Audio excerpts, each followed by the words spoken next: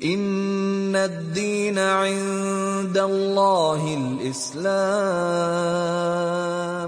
wa ma ikhtalafa alladhina. Jibril alaihi salam mengajarkan kepada Nabi SAW bertadarrus dengan Al-Quranul Karim. Rasulullah SAW ajwad bil khairi minar rihil mursalah. Maka ketika Jibril datang di bulan Ramadan, maka Nabi SAW seperti angin yang bertiup. Ya. Ini permisalan, Pak. Kalau salat begitu mendengar langsung seperti angin aja. Tiba-tiba nggak ada, celeng begitu. Mau bersedekah, segera. Kalau kita kan kadang kalau mau bersedekah mikir-mikir dulu ya. Ya anak mau masuk sekolah, ya kan, butuh sekian. Jadi yang harusnya mau ngasih lumayan gede, jadi setengah gede, ya kan. Nah ini, maka demikianlah manusia. Tetapi Nabi SAW seperti angin yang kencang, yang bertiup. Ini menunjukkan bahwa beliau SAW selama bulan Ramadan tetap bersemangat. Jadi Ramadan itu bukan malah lemes, letoy, lesu, ya. Udah jadi kaum rebahan ya. Ada istilah kaum rebahan ya. Bawaannya tuh aduh, pengennya tiduran terus. Apalagi terkadang di mimbar-mimbar masih disampaikan hadis dhaif. Apa hadis dhaif itu? Tidurnya orang berpuasa itu ibadah. Wah, semangat. Allahu Akbar. Naumus shaimi ibadah. Tidurnya orang berpuasa itu ibadah. Wah, semakin semangat. Begitu sahur, setelah sahur salat subuh, habis salat subuh tidur. Bangun-bangun jam berapa? Zuhur. Mendekati zuhur, mandi, berangkat sholat zuhur. Habis sholat zuhur, tidur lagi. Bangun-bangun asar. Habis asar, tidur lagi, kebangetan lah ya. Nyari takjilan ya. Jalanan rame ya. Nah itu. Habis buka, tidur lagi. Enggak lah ya. Antara maghrib dan isya nggak tidur. Habis tarawih tidur. Jadi, ayo, mari bersemangat. Adapun hadis Nabi, naumus sha'imi ibadah, tidurnya orang berpuasa itu ibadah, ini hadis dhaif. Hadis yang lemah. Secara redaksional. Ya. Jadi berbicara tentang hadis itu berbicara tentang ketetapan hadis itu dari Nabi SAW. Meskipun bisa saja kita tarik satu garis ya, bisa saja tidurnya orang berpuasa itu bisa. Gimana caranya? Meniatkan untuk ibadah. Meniatkan untuk ibadah. Nanti malam saya mau tarawih. Ya. Tarawihnya bacaan ayatnya panjang. Jadi harus persiapan. Ya. Hingga biar nggak ngantuk, saya tidur lebih banyak. Biar nanti malam itu bisa jadi ibadah. Tergantung niat. Innamal a'malu binniyat. Al-Imam Ibnu Rajab Al-Hambali dalam kitab beliau Jami' Al-Ulum wal Hikam beliau memberikan faedah tentang niat. Bahwa niat itu membedakan ibadah satu dengan ibadah yang lain. Membedakan satu ibadah dengan ibadah lain. Apa bedanya puasa sunnah dan puasa wajib? Niat. Sama aja. Ya. Menjaga diri dari hal-hal yang membatalkan puasa, dari terbitnya fajar sampai tenggelamnya matahari. Podo wae sami mawon. Yang beda apa? Niat.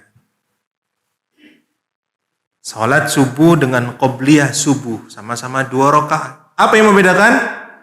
Niat. Maka niat membedakan satu ibadah dengan ibadah lain. Yang kedua adalah membedakan ibadah dengan adah. Kebiasaan. Makan, tidur, ya. Naik motor, nyari duit, berjualan, itu kan ada kebiasaan kita. Apakah bisa menjadi ibadah? Bisa, manakala kita meniatkan lillahi ta'ala. Ya. Maka kata Imam Ibn Rajab Al-Hambali rahimahullahu ta'ala, ibadahnya orang alim menjadikan adat menjadi ibadah. Ibadahnya orang alim yang berilmu, alhamdulillah antum sudah berilmu, menjadikan adat menjadi ibadah. Makan, minum, tidur, harusnya nggak dapat pahala, bisa dapat pahala. Tapi ibadahnya orang awam menjadikan ibadah seperti adat, kebiasaan. Waktunya sahur ya sahur. Waktunya berangkat sholat ya sholat. Tidur ya tidur. Jadi ya udah begitu aja. Maka tentu berbeda kualitas antara ibadahnya orang berilmu dengan orang yang tidak berilmu. Makanya Nabi SAW bersabda, hadis sahih Bukhari Muslim, man shama Ramadhana imanan wahtisaban ghufira lahu ma taqaddama min dhanbi. Siapa yang berpuasa Ramadan imanan, dikarenakan iman, wahtisaban. Apa wahtisaban? Mengharapkan pahala. Beda Pak, antara orang yang puasa sekedar puasa saja, rutinitas aja deh, setiap tahunnya nanti ada puasa, bulan puasa ya puasa. Dengan orang yang menganggap bulan Ramadan ini adalah bulan yang mulia, yang penuh dengan keberkahan, bulan diturunkan Al-Quranul Karim, bulan yang penuh ampunan dari Allah Azza wa Jalla, bulan di mana Allah membuka pintu surga dan menutup pintu neraka, para syaitan dibelenggu. Beda Pak, perasaannya beda, pengagungan terhadap bulan Ramadan ini tidak sama dengan orang-orang awam. Ya, ini. Terus apa saja yang bisa kita lakukan di bulan Ramadan ini? Banyak. Saya sebutkan saja secara cepat ya. Yang pertama adalah qiyamul lail. Qiyamul lail. Dalam hadis yang dikeluarkan Imam At-Tirmidzi dengan sanad yang hasan, An-Nasa'i, Abu Dawud dan Ibnu Majah. Jadi Abu Dzar Al-Ghifari radhiyallahu anhu, Nabi bersabda, "Innar rajul idza qama ma'al imami hatta yansarif kutiba lahu qiyamu lailah."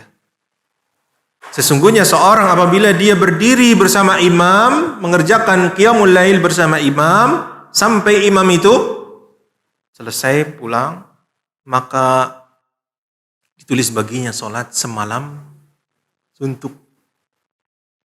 Jadi kalau gitu sholatnya nggak usah lama-lama tat.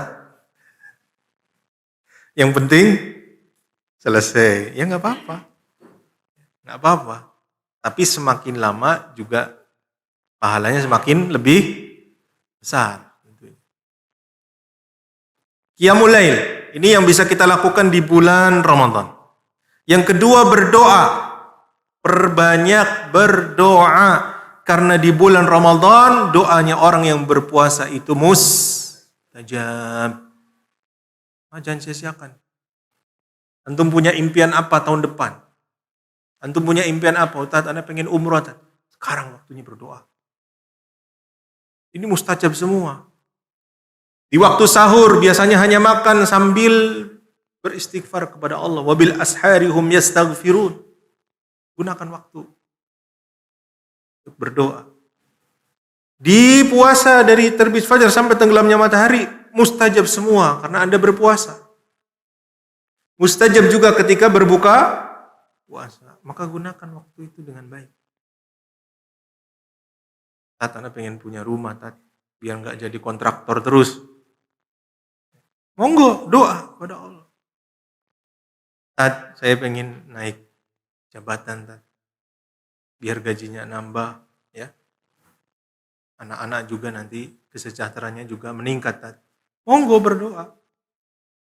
Tat, Anda punya mimpi pengen bisa bikin musola kecil-kecilan dekat rumah, Tat. Tanah udah ada. Doa sekarang. Saya pengen umroh, saya pengen haji. Doa. Allah Azza wa Jalla berfirman, "Wa idza sa'alaka 'ibadi 'anni fa inni qarib ujibu da'watad da'i idza da'an." Apabila hambaku bertanya kepadaku di mana aku, katakan aku itu dekat. Aku mengabulkan doa bagi hambaku yang berdoa. Apalagi di bulan Ramadan. Antum tahu enggak? Allah Azza wa Jalla mengabulkan permintaan makhluk yang membangkang kepada Allah Subhanahu wa taala. Siapa? Iblis. Wa idh qulna lil malaikati isjudu li Adam fasajadu illa iblis aba wastakbara wa kana minal kafirin. Iblis itu membangkang, enggak mau menuruti perintah Allah Subhanahu wa taala. Tapi meskipun demikian ketika iblis meminta sesuatu kepada Allah, Rabbi anzirni ila yaumi yub'atsun, ya Allah, berikan penangguhan kepadaku sampai hari kebangkitan. Iblis loh, Pak. Dikabulkan? Dikabulkan. Ya. Maka jangan berputus asa dari rahmat Allah Subhanahu wa taala. Ya. Sandarkan pengharapan kita, roja kita kepada Allah Azza wa Jalla. Karena kalau Allah berkehendak, innama amruhu idza arada syai'an ay yaqula lahu kun fayakun. Kayaknya berat, Tat. Sekarang untuk bikin rumah harus punya sekian CT, kan. Bukan jemaah tabligh lah ya. Berat, Tat, ngumpulinnya gimana? Anak udah banyak, udah gede. Berdoa. Tidak ada yang mustahil bagi Allah Subhanahu wa taala.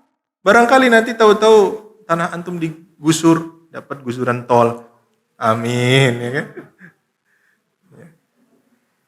Atau ada gusuran jalan atau apa, diganti rugi dengan ganti. Saya cerita, ini kenyataan, Pak, kenyataan. Ada ikhwan, ya. Rumahnya sederhana sekali. Tapi dia ada tanahnya, kemudian untuk punya rumah yang bagus, yang tembok semua, itu kayaknya berat.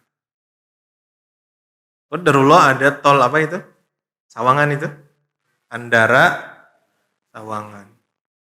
Itu di daerah dekat rumah saya itu di Villa Santika itu harusnya proyek awalnya itu kena kuburan.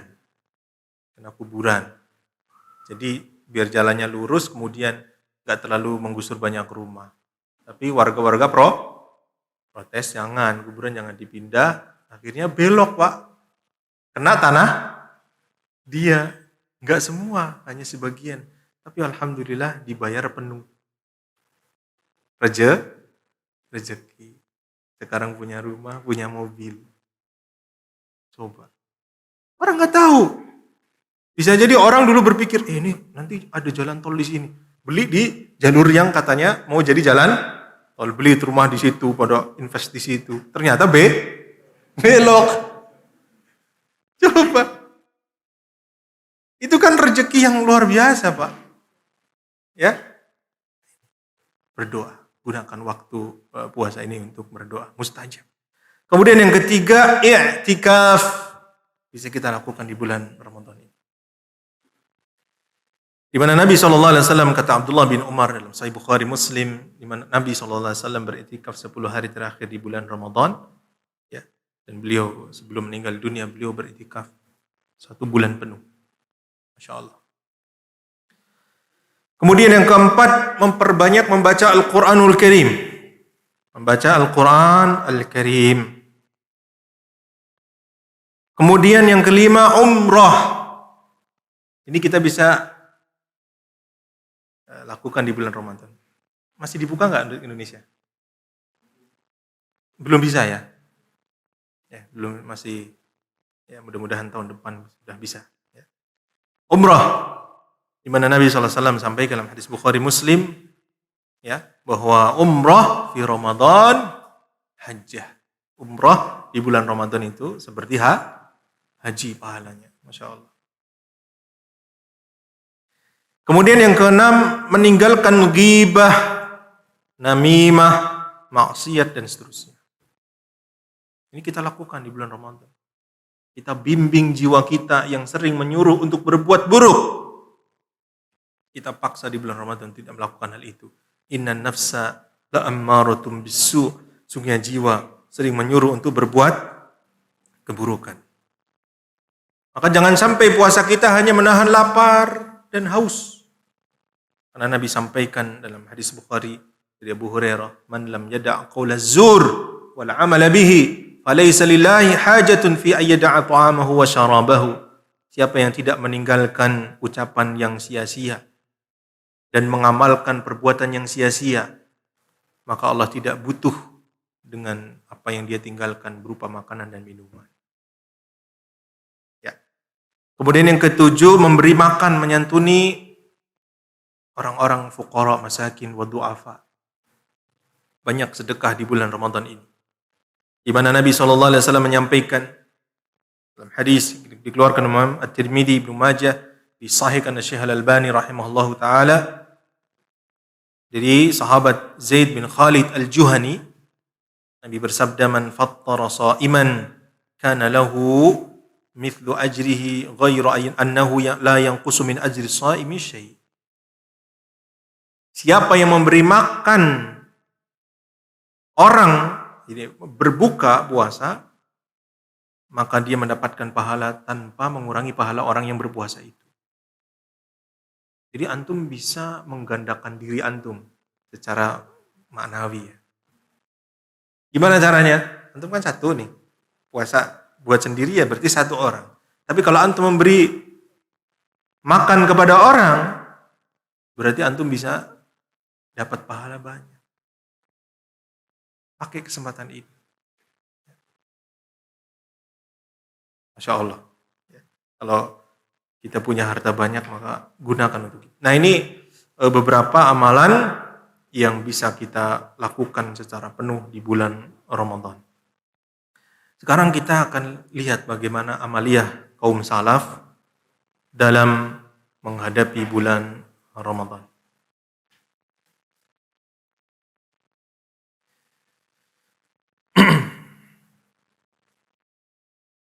Yang pertama adalah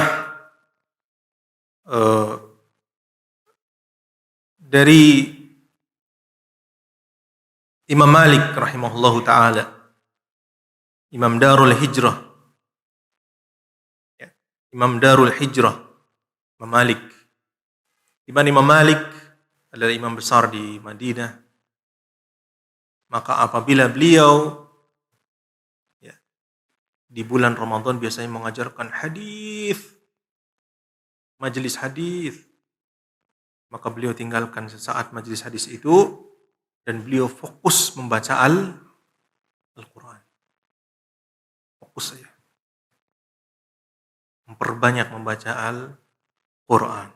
Tapi tidak disebutkan berapa kali beliau khatam, tidak disebutkan dalam riwayat itu. Kemudian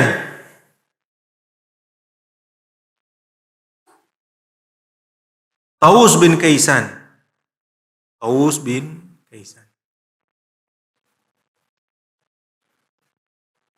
Di mana beliau apabila akan mendatangi kasurnya, mau tidur, malam nih mau tidur,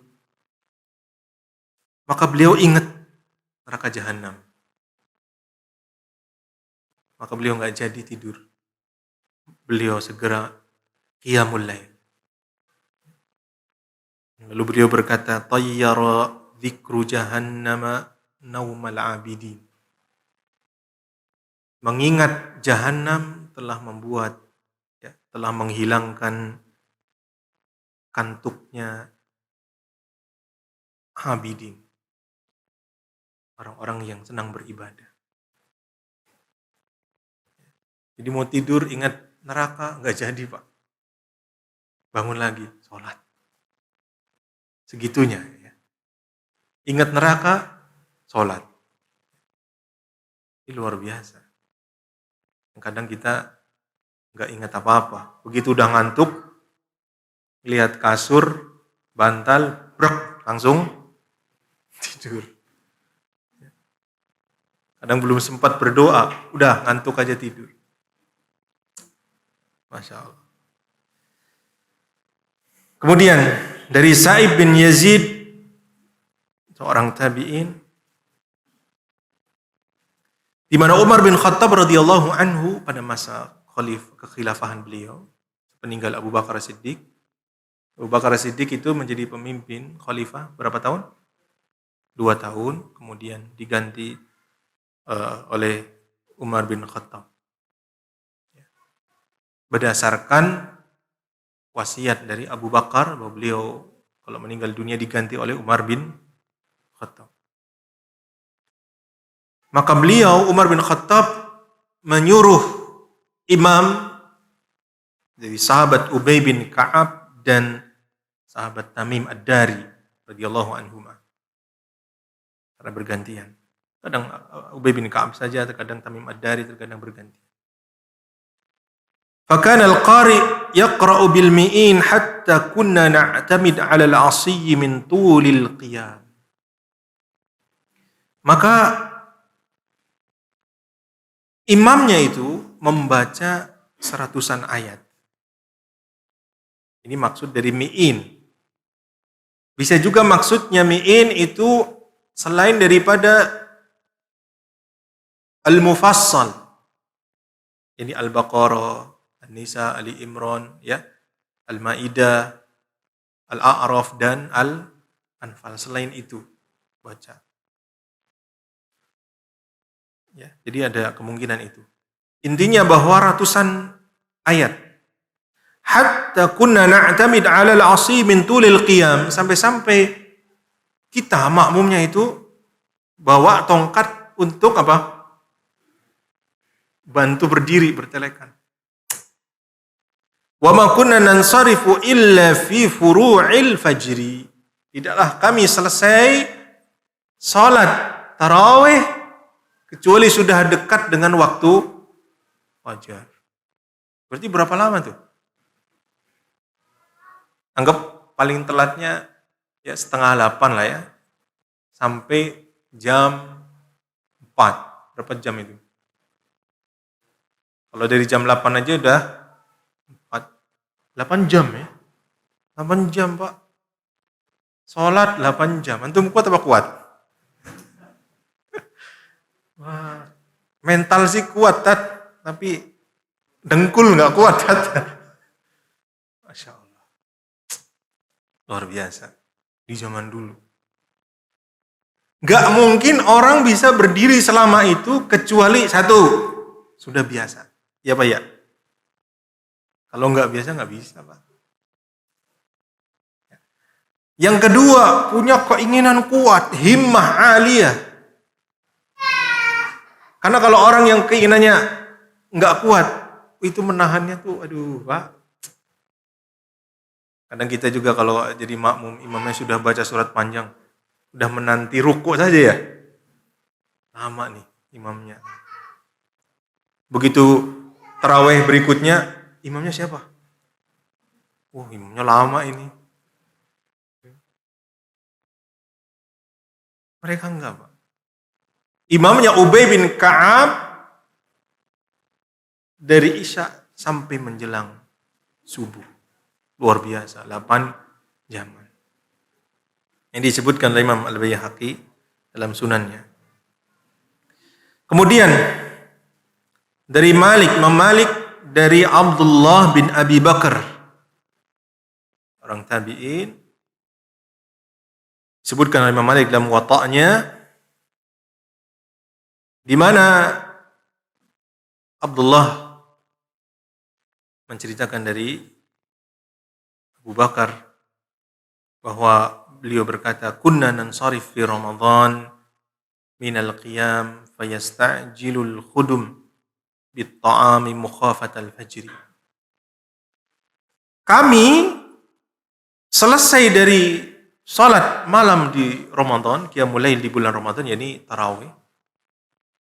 Maka orang-orang yang menghidangkan makanan, hidangan sahur itu bersegera, buru-buru, karena takut datang waktu fajar. Berarti sholatnya lama sekali. Oh iya, cepetan.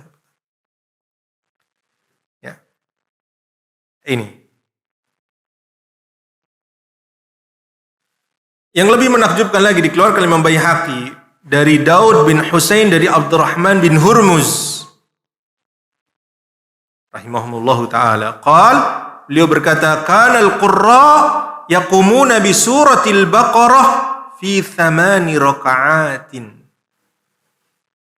Dulu kebiasaannya imam, ini pada masa tabi'in ya, pada masa tabi'in, kebiasaannya imam itu membaca Al-Baqarah dalam 8 rakaat.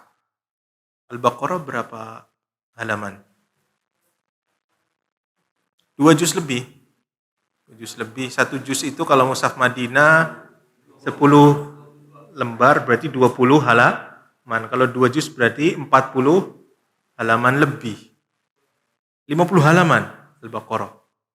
Sekitar 50 halaman.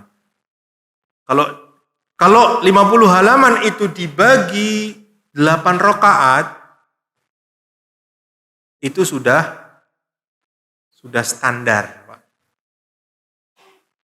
Standar. Antum baca Al-Baqarah aja bisa nyampe 2 jam ya. Hampir 2 jam. Itu baca doang. Belum rukuknya, belum sujudnya. Standar itu, Pak. Dalam 8 rakaat. Fa idza qama bihal qurra fi 12 raka'ah ra'an nasu annahu qad khuffifa anhum. Kalau para imam itu membaca Al-Baqarah menjadi 12 rakaat,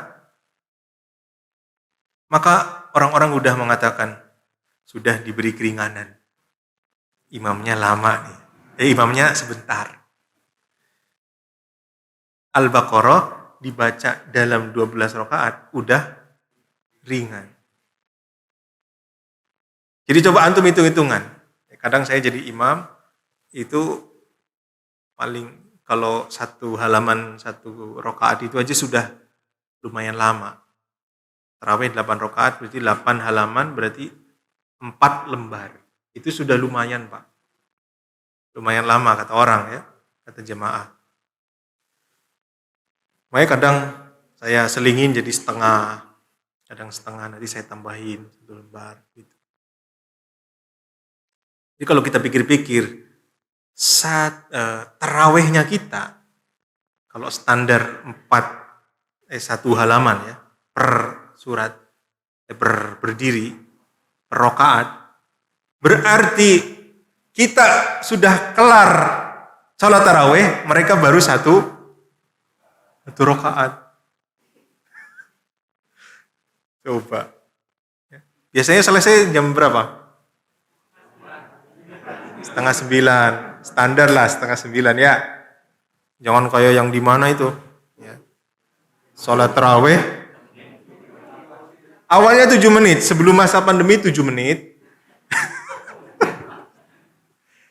Berhubung sedang masa pandemi ada keringanan katanya. Jadi 6 menit. Kok bisa ya? Ini sholat apa silat ya? Kira-kira sah apa tidak? Tidak sah. Sholatnya nggak sah. Cepat sekali. Baca Al-Fatihahnya nggak tahu dah. Bismillahirrahmanirrahim. Maka apa yang dibaca? Seperti orang kumur-kumur. Aminnya juga nggak model kayak kita. Amin nggak mereka. Amin. Begitu. Cepat sekali. Maka orang yang sholatnya semacam ini tidak sah. Pernah ada seorang sahabat Ya, hadis itu dikenal dengan hadis al-musi salatahu. Orang yang sholatnya salah. Hadis Bukhari Muslim. Ketika ada seorang yang sholat dengan cepat. Sholat cepat. Dakanduk, selesai. Cepat sholatnya. Kemudian memberi salam kepada Nabi SAW. Beliau menjawab salam dan beliau berkata, irji' fasalli fa innaka lam tusalli. Balik lagi, sholat. Karena kamu belum sholat. Ulangi. Sholat lagi, cepat lagi sahabat ini. Balik lagi. Maka kata Nabi, irji' fasalli fa innaka lam tusalli. Salat. Karena Anda belum salat. Jadi salatnya tidak sah.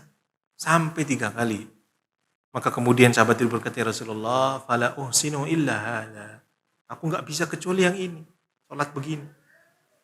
Maka Nabi kemudian memberitahu, ya, kalau kamu hendak sholat maka ya menghadaplah ke kiblat, kemudian bertakbir, kemudian membaca Al-Fatihah, membaca surat yang kamu bisa, kemudian ruku, tsumma raka' hatta tatma'inna raki'a, kemudian kamu ruku sampai tumakninah dalam ruku, tsumma rfa' hatta tatma'inna qa'ima, kemudian i'tidal sampai tumakninah dalam i'tidal.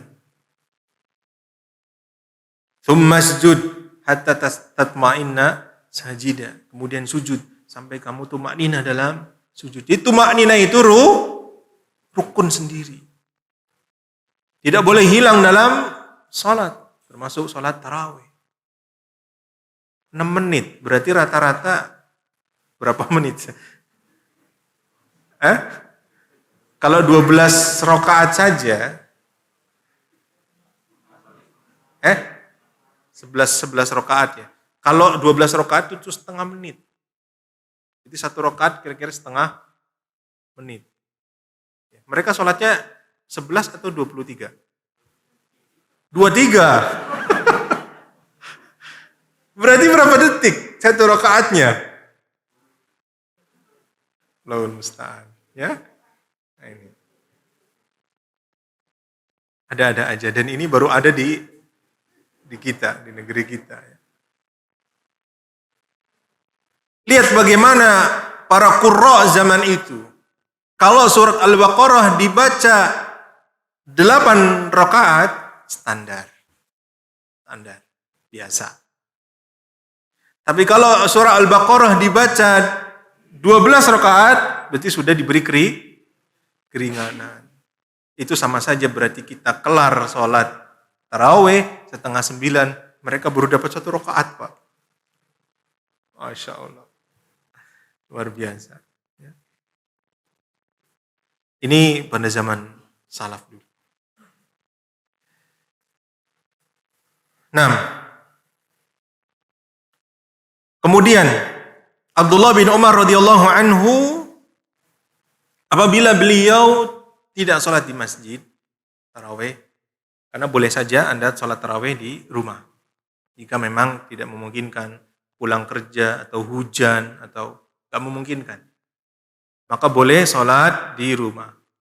Abdullah bin Umar apabila beliau sholat tarawih di rumah, maka beliau sholat tarawih, ya. Kemudian sesaat sebelum sholat subuh, beliau selesai makan sahur, kemudian puasa.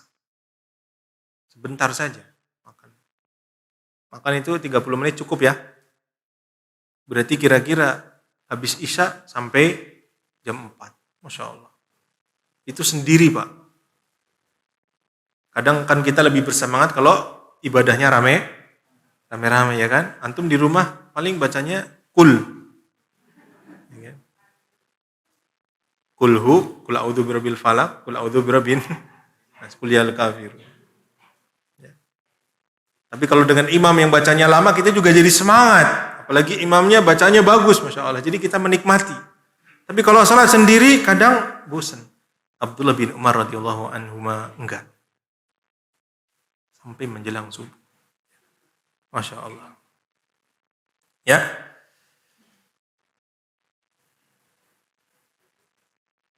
Nah, ini berkaitan dengan membaca qiyamul lail. sekarang dengan Al-Quran. Karena bulan Ramadan itu adalah bulannya Al-Quranul Karim. Kita akan kaget lagi, Pak. Ya.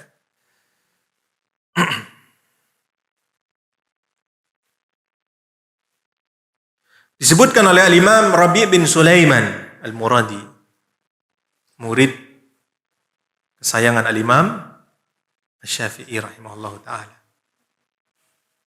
Al-Imam Syafi'i punya murid Al-Imam Rabi' bin Sulaiman yang menulis kitab Ar-Risalah dalam usul fiqih. Beliaulah yang menulisnya, Imam Syafi'i yang mengimla'kan kepada beliau. Diceritakan bahwa Imam Rabi' bin Sulaiman ini dulu ketika belajar itu sebenarnya tidak terlalu cepat memahami seperti teman-temannya. Tapi Imam Syafi'i mengetahui muridnya ini akan jadi ulama berdasarkan qarinah yang ada. Guru itu tahu, Pak, murid yang tulus, murid yang suka terburu-buru dalam belajar, murid yang ada murid yang rajin, tekun, tuh biasanya yang jadi yang begitu, Pak. Yang diam-diam menghanyutkan. Ini murid-murid yang begini nih. Tapi dalam kebaikan loh ya. Ternyata betul. Al-Imam Rabi' bin Sulaiman dikader oleh Imam Syafi'i sampai kemudian jadi ulama besar. Maka ini perlu bagi guru untuk sabar mengajarkan ilmu kepada muridnya. Sampai-sampai Imam Syafi'i berkata, seandainya ilmuku itu makanan, saya akan suapi untuk kamu. Biar cepat habis gitu loh. Ilmu kan nggak bisa. Nggak bisa di Bluetooth. Kalau bisa di Bluetooth, Anda di rumah aja. Ya kan, Anda Bluetooth. Udah kajian Tat? Belum. Anda Bluetooth sebentar. Antum paham semua. Kan enak ya? Ternyata nggak bisa ilmu. Harus ada proses. Ya. Imam Rabi' bin Sulaiman rahimahullahu ta'ala menceritakan bagaimana dahsyatnya bacaan Al-Imam Syafi'i rahimahullah. Di mana beliau mengkhatamkan di bulan Ramadan berapa kali? 60 kali, Pak. Itu khatam beneran apa? Juz 30 tadi. Khatam beneran. 60 kali. Berarti 30 hari itu, kalau dibagi 60 dibagi 30 kan berarti setiap hari rata-rata 2 kali khatam. 2 kali khatam. Masya Allah. Emang bisa? Kalau antum penasaran, bisa cari di YouTube bacaan Al-Quran semuanya dalam 8 jam kalau tidak salah. Ada di YouTube. Itu bagus untuk yang sudah hafal Quran, untuk murojaah, untuk mendengarkan. Ternyata bisa. Orang membaca Al-Quran 30 juz dalam 8 jam.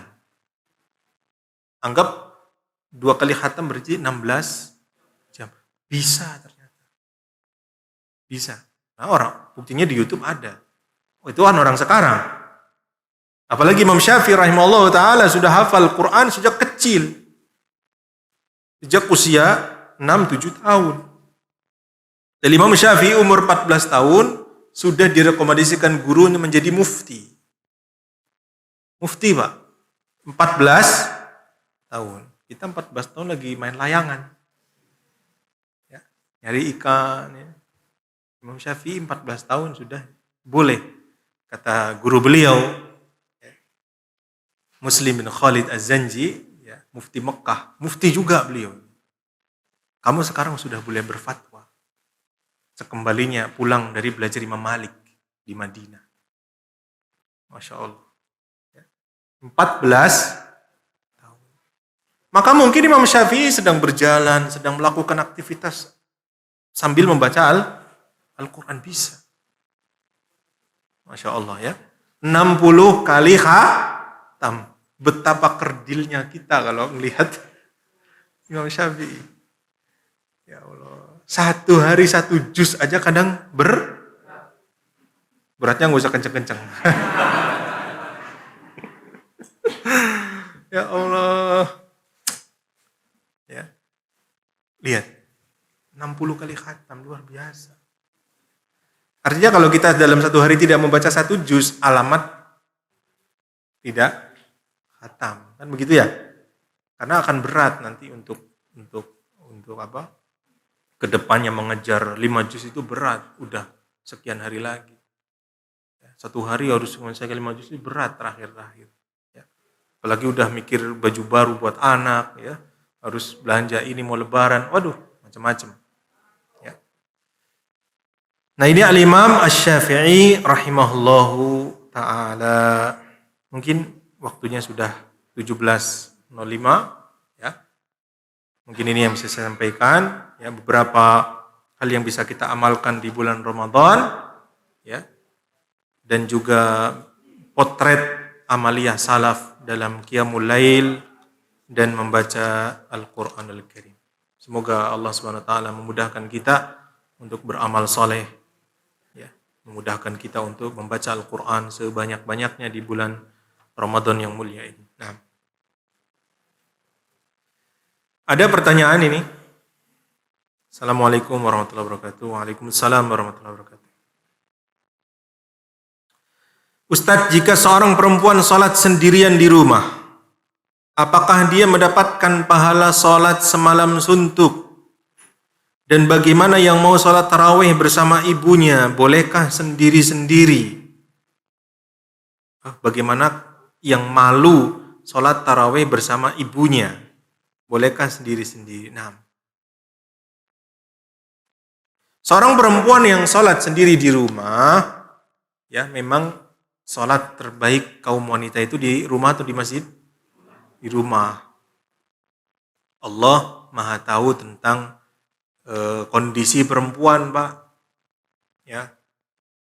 Bayangkan, perempuan itu bajunya aja berapa lapis. Ya.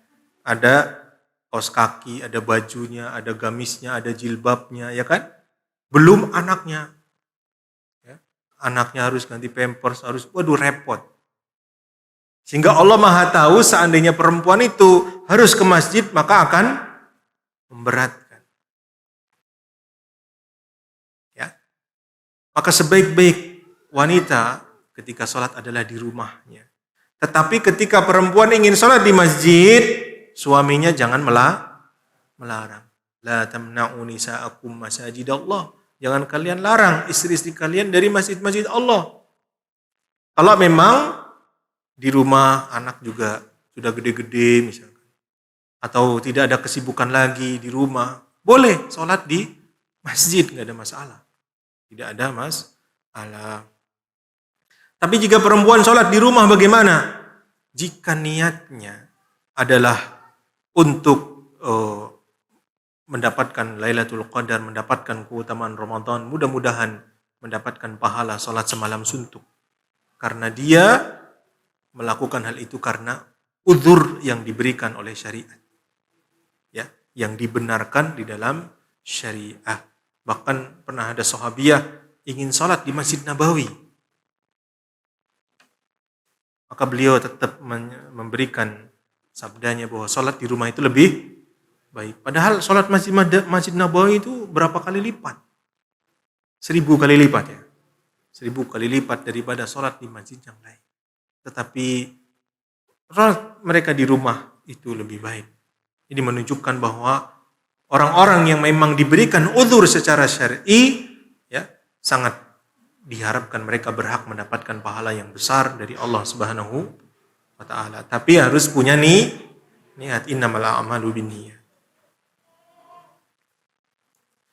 Tentu pahalanya pahala niat, tidak seperti pahala amal orang yang melakukan juga. Syekh Muhammad bin Shalih Al-Utsaimin rahimahullah ta'ala, ya, memberikan catatan terhadap hadis niat itu dalam syarah Arba'in, bahwa ada pahala niat, ada pahala amal. Kalau pahala niat itu kita mendapatkan pahala, tetapi jangan antum bayangkan seperti pahala orang yang beramal juga. Jadi pahami? Antum sekarang punya keinginan untuk umroh. Kalau punya harta, insya Allah saya akan umroh, pengen banget untuk mengunjungi Baitullah. Maka masuk dalam hadis Nabi SAW, man hamma bihasanatin falam ya'malha, kataballahu indahu hasanah kamilah. Siapa yang berkeinginan untuk melakukan kebaikan, maka Allah tulis baginya kebaikan. Jadi dapat pahala umroh, jelas ya. Tapi kalau antum berniat untuk umroh, kemudian umroh, kira-kira pahalanya banyak yang mana? Tentu banyak yang menjalankan. Ya, tentu banyak yang menjalankan. Itu disampaikan oleh Syekh Utsaimin rahimahullah ta'ala. Dan bagaimana yang malu sholat tarawih bersama ibunya? Bolehkah sendiri-sendiri? Ya, jika sang anak laki-laki itu sudah bisa membaca Quran, sudah balik, ya, maka dia bisa menjadi imam di rumahnya, bahkan bisa menjadi imam bapaknya. Ya, boleh. Anak kecil, bahkan yang baru tamyiz, belum balik. Kalau balik kan sekitar 14 tahun. Kalau tamyiz itu masih kelas 1 SD, kelas 2 SD, tapi hafalannya sudah lumayan, 30, 29, 28 udah punya. Boleh jadi imam? Boleh. Ya, boleh. Ya, berdasarkan amaliyah sahabat, di mana sahabat-sahabat yang muda dulu pernah dijadikan sebagai imam. Ya, ini boleh-boleh saja jadi imam, tapi bacaannya yang benar. Tapi kalau memang malu karena yang makmum adalah ibu, terus disimak bacaan oleh ibu, kayaknya malu, maka bisa saja sendiri. Tentu tidak dapat pahala berjamaah. Hendaknya berjamaah. Ustadz, bagaimana kalau di 10 hari terakhir ternyata haid? Apakah dapat malam Lailatul Qadar? Dan bolehkah wanita haid beritikaf di masjid? Nah, ini juga sama, bahwa wanita haid yang tidak bisa beritikaf di masjid, tidak ikut qiyamul lail di masjid, uzurnya uzur yang memang yang sudah bawaan perempuan.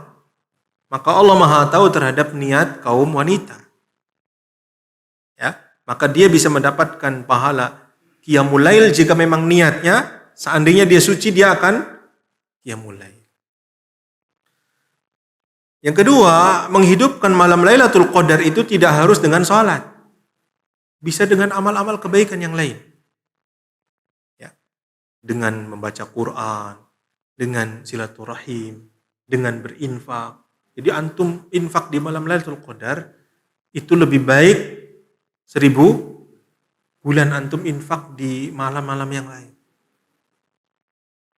Antum silaturahim kepada keluarga, dapat pahala. Itu lebih baik daripada 1000 bulan yang lain ketika di malam Lailatul Qadar. Kebaikan secara umum. Allah tidak membatasi kebaikan itu dengan qiraah Quran, qiyamul lail, dengan membaca, dengan sholat berjamaah, enggak. Semua amal kebaikan. Semua amal kebaikan yang dilakukan di malam itu. Ya. Apakah dapat malam Lailatul Qadar meskipun dia tidak beritikaf di masjid? Tetap. Kemudian apakah boleh beritikaf di masjid bagi wanita haid? Ini ada khilaf di kalangan ulama. Ya. Sebagian ulama berpendapat wanita haid tidak boleh masuk masjid, dan ini pendapat kalangan Syafi'iyah dan kebanyakan ulama. Sebagian ulama berpendapat ya tidak masalah, berdalil dengan seorang wanita yang sering menyapu Masjid Nabawi, ya. Kemudian Nabi SAW mencari tahu karena kehilangan wanita ini, kok nggak ada perempuan ini. Ternyata sudah meninggal, maka beliau minta ditunjukkan kuburannya dan beliau sholat jenazah di atas pusara kuburan. Ya, tanpa ruku dan sujud tentunya. Dari hadis itu ada dalil bolehnya wanita haid masuk ke masjid karena kemungkinan wanita haid itu setiap bulan ada haidnya. Ya, ini. Tetapi keluar dari perselisihan para ulama itu lebih aula. lebih aula, ya. Maka kalau memang perempuan ingin di masjid, maka di terasnya, jangan di dalam masjid. Ya. Yang disebutkan di dalam Al-Quran adalah orang yang junub. Wala junuban illa abiri sabilin. Ya. Orang-orang yang junub, maka mereka hanya berlalu saja. Apakah junub itu junub dari keluarnya air mani, ataukah junub seperti keluarnya darah haid? Ini pembahasan yang panjang di kalangan ulama. Ya. Allahu a'lam bishawab. Adapun saya berpendapat bahwa wanita haid boleh di dalam masjid. Allahu a'lam. Ya. Pertanyaan lagi. Ustadz, kalau sudah salat tarawih dan witir, kami tidak tidur karena malam ganjil, apakah boleh sholat sunnah lagi? Jawabannya, boleh, tapi jangan witir lagi berdasarkan hadis la witrani fi lailah. Tidak ada 2 witir dalam satu malam. Ya, boleh Bapak Ibu setelah sholat tarawih, kemudian witir, kemudian qiyamul lail, sholat lagi, nggak ada masalah. Ya. Dan para ulama mereka berpendapat bahwa sholat malam itu sebetulnya tidak dibatasi dengan jumlah. Ya. Hanya mereka berbeda pendapat tentang afdoliyahnya. Mana yang paling afdol? Sebagian ulama berpendapat 11. Sebagian ulama berpendapat umum.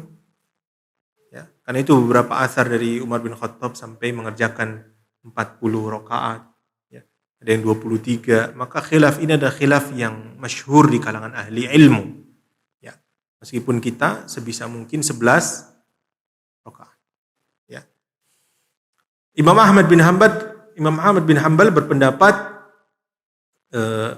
yang paling banyak sujudnya itulah yang paling afdol. Berdasarkan hadis Nabi SAW, ya, ketika orang sahabat, ya Rasulullah, ya, doakan aku agar aku masuk surga. Maka Nabi SAW mengatakan, fa inni ala nafsika bikathratis sujud. Maka tolonglah terhadap dirimu dengan memperbanyak sujud. Nah, kalau antum lihat salat tarawihnya di Masjidil Haram itu tidak 11 rakaat. Karena itu dengan madhab Hambali. Dengan semakin banyak sujud, maka itu yang lebih afdol dalam mazhab Hambali. Ya. Tapi sekarang 11 kalau nggak salah ya. Di masa pandemi 11. Ya. Nah, ala kulli hal, salat malam, nah ini pendapat kebanyakan ulama, tidak terbatas dengan 11, boleh menambah yang lain, tetapi tidak ada witir dua kali. Semoga Ustaz dan jamaah serta seluruh kaum muslimin mendapatkan ampunan Allah di bulan Ramadan ini. Amin. Bulan Ramadan adalah waktu yang mustajab berdoa. Sebaiknya fokus berdoa agar mendapat ampunan atau diiringi dengan permintaan lain duniawi. Mengingat 11 bulan sebelumnya banyak melakukan dosa. Rasanya seperti tidak pantas berdoa meminta yang lain, Ustaz. Mohon nasihatnya. Nah, meminta kebaikan dunia, meminta kebaikan akhirat, dua-duanya diperbolehkan. Ya. Karena kita sekarang hidup di dunia dan kita akan menempuh perjalanan panjang di akhirat. Tentu wal akhiratu khairu wa abqa. Akhirat lebih kekal, lebih baik dan lebih kekal. Wal akhiratu khairul laka minal ula. Dan akhirat lebih baik daripada kehidupan pertama, maksudnya dunia ini. Tetapi Allah pun berfirman, wabtaghi fima ataqallahu ad-daral akhirah wa la tansa nasibaka minad dunya. Ya. Harapkan apa yang Allah sediakan di hari akhirat, yang Allah akan berikan pada hari akhirat. Tetapi wa la tansa nasibaka minad dunya. Jangan kamu lupakan kehidupan dunia. Dan Nabi SAW berdoa, Allahumma Inni as'alukal huda wat tuqa wal afafa ghina. Ghina itu apa? Kekayaan, kecukupan. Ini menunjukkan bahwa berdoa untuk mendapatkan duniawi itu boleh, tidak ada masalah. Ya. Jadi berdoa dunia dan akhirat boleh. Rabbana atina fid dunya hasanah fil akhirati hasanah wa qina adzabannar. Berikan kebaikan di dunia dan akhirat dan jauhkan kita ini dari azab neraka, dari api neraka. Ini dua-duanya boleh. Ya. Dan tentu sebagai seorang mukmin kita meminta ampunan dari Allah Subhanahu wa taala sebisa mungkin, sebanyak mungkin. Dan Nabi SAW beristighfar sehari 100 kali. Ya. Wahai orang-orang yang beriman, tubu ilallah, bertobatlah kalian kepada Allah. Fa inni astaghfirullah fil yaum mi'ata marrah. Aku beristighfar kepada Allah ya 100 kali. Maka kita boleh meminta istighfar kepada Allah, meminta surga dan neraka. Jadi dalam hal ini tidak ada tarjih. Akhirat saja, dunia nggak usah karena nggak pantas. Kita tidak bisa menutup pintu itu. Ya, kita tidak mentarjih itu. Bagi yang mau meminta dunia monggo, yang mau meminta ampunan akhirat juga monggo. Ya, semuanya terbuka luas. Allah Azza wa Jalla Maha Kaya dan Allah tidak akan pernah bosan untuk diminta. Tidak seperti Bani Adam. Bani Adam kalau diminta terus, ya, ada antum, teman antum, WA, ya, mana lagi kesulitan nih minta bantuan, antum bantu. Besok lagi, mana lagi susah nih, bantu. Masih sabar, tolong bantu 3 kali. Kira-kira antum lama-lama bosan nggak? Bosan apa nggak? Kalau Allah Azza wa Jalla enggak. Ya. Bahkan Allah katakan innal ladzina yastakbiruna an ibadatihi sayadkhuluna jahannama dakhirin. Bahwa orang-orang yang sombong dari meminta kepada Allah, ya, dalam ibadah kepada Allah, maka Allah masukkan mereka dalam neraka dalam keadaan terhina. Ini orang-orang kafir tuh Allah akan masukkan mereka dalam neraka. Maka mintalah kepada Allah. Allah suka. Bahkan kaum salaf dulu, kalau sendalnya putus, minta pertama sama Allah, ya Allah, mudah-mudahan berikan sendal yang baru. Ya, ini jarang sama kita. Gak ada masalah karena dunia benda akhirat. Ya, Allahu a'lam bishawab. Mungkin cukup ya. Atau ada pertanyaan lagi? Ya, silakan. Waalaikumsalam warahmatullahi wabarakatuh.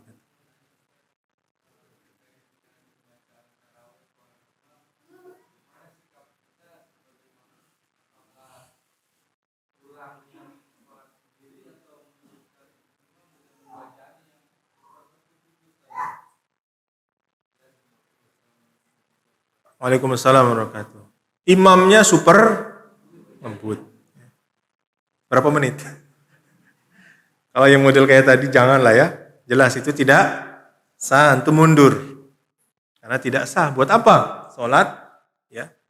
Hanya 23 rakaat 7 menit. Sebelum pandemi. Setelah pandemi 6 menit. Allahu Akbar. Bacaan Al-Qur'anul Karim ya, yang menjadi rukun itu adalah Al-Fatihah. Sehingga para ulama ketat terhadap Al-Fatihah, tidak sebagaimana bacaan-bacaan yang lain. Ini yang pertama. Artinya penilaian terhadap Al-Fatihah itu lebih ketat. Nggak boleh ada kesalahan-kesalahan dalam Al-Fatihah daripada yang lain. Yang kedua, kesalahan atau lahan itu ada 2 macam. Ada kesalahan yang nampak, yang dikenal dengan lahan jali, ada lahan khafi atau yang samar.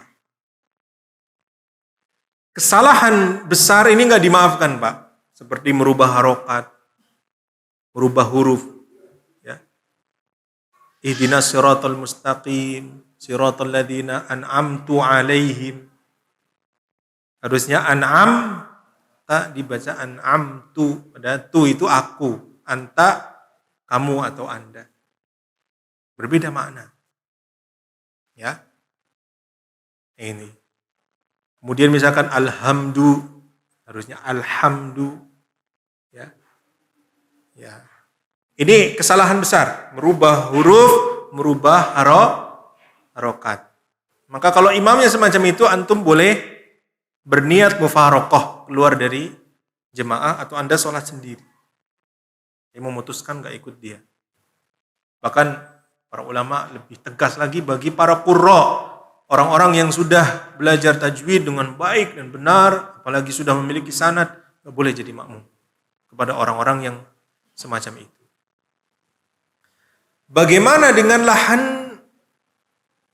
khafi, di mana kurang sempurna sifat hurufnya?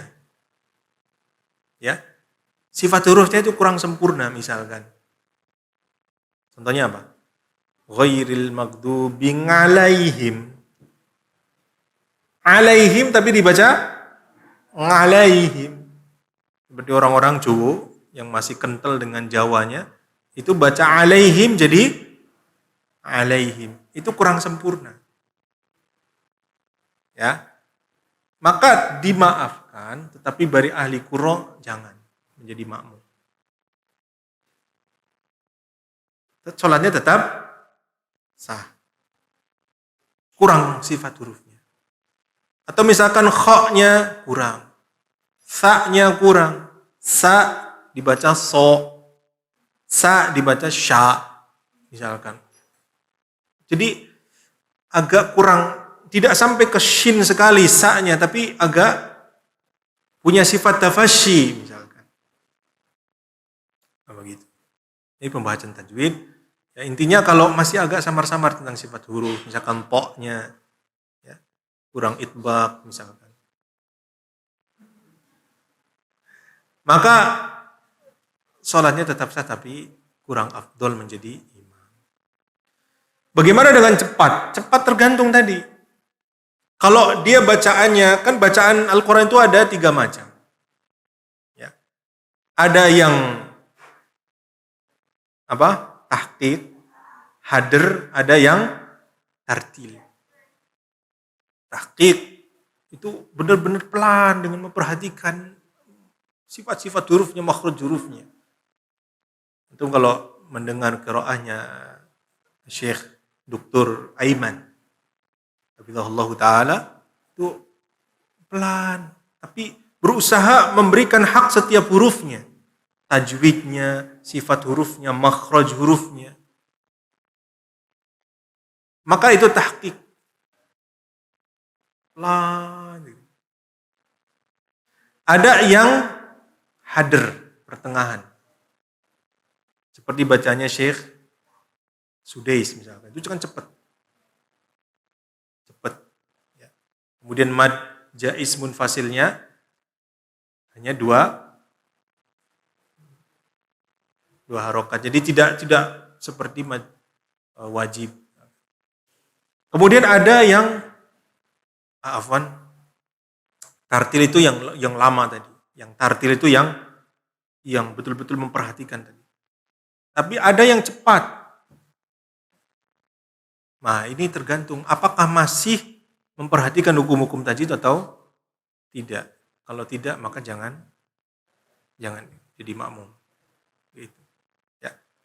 Allahu a'lam bissawab. Mungkin ini yang saya sampaikan. Cukup ya. Satu lagi, boleh? 1 menit, oke. Bonus. Waalaikumsalam warahmatullahi wabarakatuh.